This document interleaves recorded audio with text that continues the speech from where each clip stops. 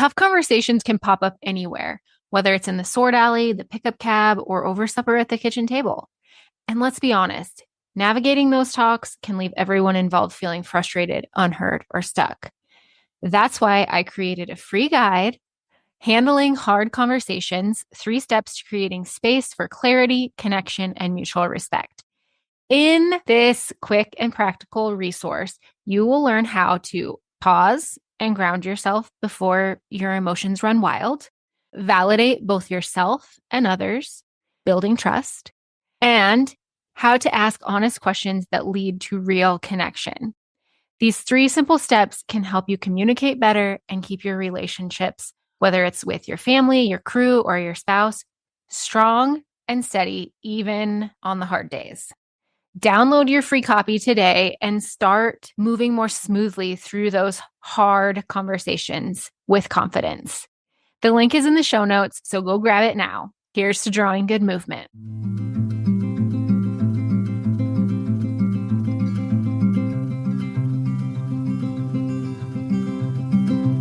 I'll carry you, you carry me, we'll help each other through it. Come on and say good movement draws good movement. Welcome to Good Movement Draws Good Movement, the podcast where farmers, ranchers, and rural folks can grow relationally through awareness, understanding, and effective communication. Hey, it's T. I'm your host, and I, along with my guests, will be covering topics related to drawing good movement. Things like self and social awareness, brain science, positive psychology, extending grace, and so much more. We'll share tools that can help you understand why you are the way you are, why others are the way they are, and how you can use that to step out of self-told lies with grace and compassion to draw good movement in conversations, relationships, and life in rural America. Let's go draw good movement. Welcome back to the Good Movement Draws Good Movement podcast.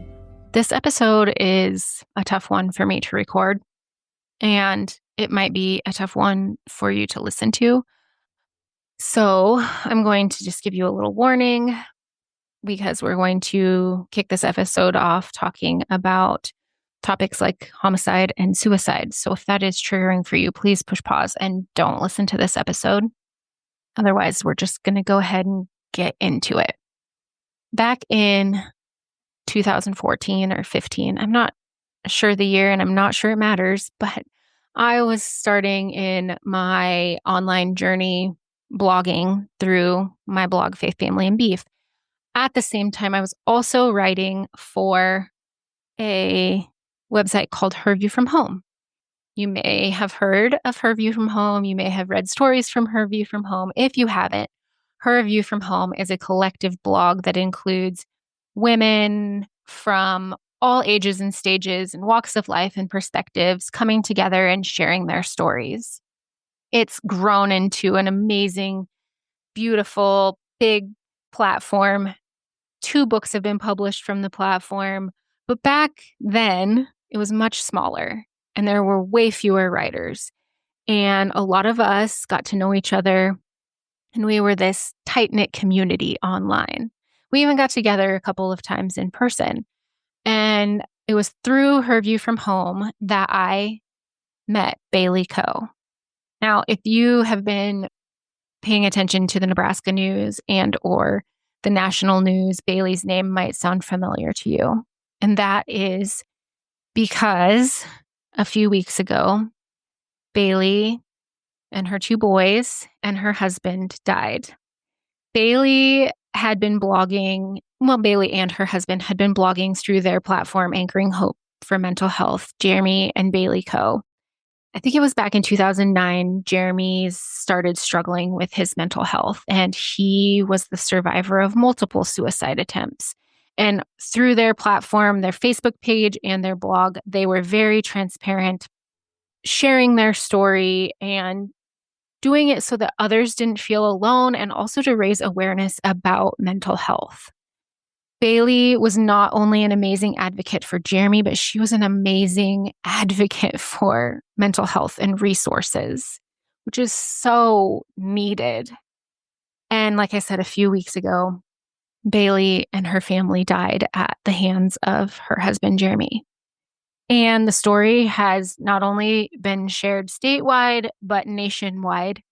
And while there have been so many comments of compassion and kindness and sharing their story to get more awareness, like that we need better mental health resources, that we need to be talking about these things, that shoving it down isn't cutting it anymore, there have also been several comments that have stopped me in my tracks and I'm just really struggling with. Comments like, I would never, and I would have done this, and I would have done that. And I know that I'm reading these comments, and as I'm saying them, I'm adding the tone. I'm reading them with the tone too, but I'm adding the tone here on the podcast. But those comments, I just really, really, really struggle with because the truth is that not one of us knows what we would or wouldn't do unless and until we're in the situation ourselves. But I also get it. This reflex to judge, it gives us a sense of control. It's not control, it's a false sense of control, but it gives us a sense of control. And it helps us distance ourselves from the tragedy or the unthinkable or even the people involved. And it helps us in some weird way soothe the fear. Like, if I can believe I'm different, then I can believe this could never happen to me or someone I love. Or if I can believe that I would make these better choices, then I wouldn't be in this situation. But again, it's false comfort. It's a false sense of control because tragedy doesn't follow formulas. And if we were in someone else's exact situation with the exact same life experiences and the exact same knowledge, we'd very likely make the same choices. If we had the same experiences and were given the same information, we would very likely make the same choices. So if you find yourself ever in the space of reflexive judgment, thinking, I would never, or I would, take a pause. Ask yourself, is this helpful? Is this kind? And what else could be true? Because here's the thing. I've been an outsider looking in on different situations and thought to myself, oh, this is what I would do to handle that situation. And then I've found myself in the same or very similar situation. And guess what? That's not what I did. What I said I would do is not always what I actually ended up doing. Because again, we don't know until we're in the situation. And this isn't about one event, one tragedy, one thing. This is about the patterns of silence and emotional repression and shame and isolation that run deep in our society and in rural life. There is actual danger in ignoring warning signs, in staying silent because of stigma, whether you see it in someone else or you are someone who's struggling. There's danger in staying silent. And nobody snaps out of nowhere. No one makes rash decisions out of nowhere. There's a long, painful road that leads there. I have personally heard and seen people when they hear of someone struggling with their mental health or attempting to take their own life, they say, well, they were such a faithful Christian. They were such a happy person. They were insert whatever you want to put there that makes it shocking that they would have tried to take their own life. And I gotta wonder, did they look that way because they didn't feel safe enough to share what was going on behind the scenes? Because again, nobody makes those decisions in the moment. It's a lot of pain and a lot of suffering that leads up to it. So are we providing safe spaces for people to open up and talk about what's really going on? So what can we do to make safe spaces, to do something besides silently sitting back and judging and then being shocked when things like this happen. One of the things that we can do is hold space. You don't have to say anything. Just hold space for people to feel whatever it is that they're feeling, whatever it is that they need to feel. Hold space for that. You don't have to understand it. You don't have to fix it. You can't. Just hold space and let them know that you're there. Say less and listen more. Ask honest questions of ourselves.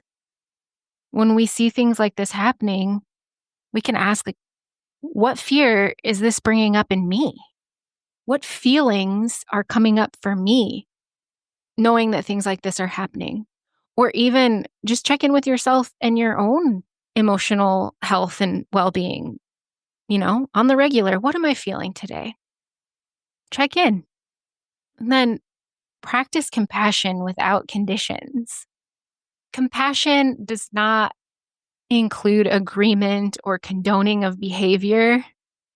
It means seeing people and holding space for them and what they're feeling. And again, you do not have to agree or understand to extend compassion or grace. And next week, we're going to talk more about grace, about what it is, what it isn't. And so stay tuned for that. But you don't have to agree or understand to extend grace. So again, to recap, what we can do instead of going reflexively into judgment, we can hold space. We can say less and listen more. We can ask honest questions, and we can practice compassion. And if this episode stirred something up in you, grief, questions, even resistance, I want you to know that's okay. Welcome those feelings and stay with them. Let them soften you, not harden you. And with that, until next time, draw good movement, even in heartbreak. Thanks so much for tuning in. I'm so grateful for you. If you found value in this episode, I'd love for you to share with others who might also benefit from tuning in. Share by word of mouth, send it in a text, take a screenshot and post it on social media, or share however you prefer. And if you haven't already, hit the follow or subscribe button so you never miss an episode. Until next time, draw good movement.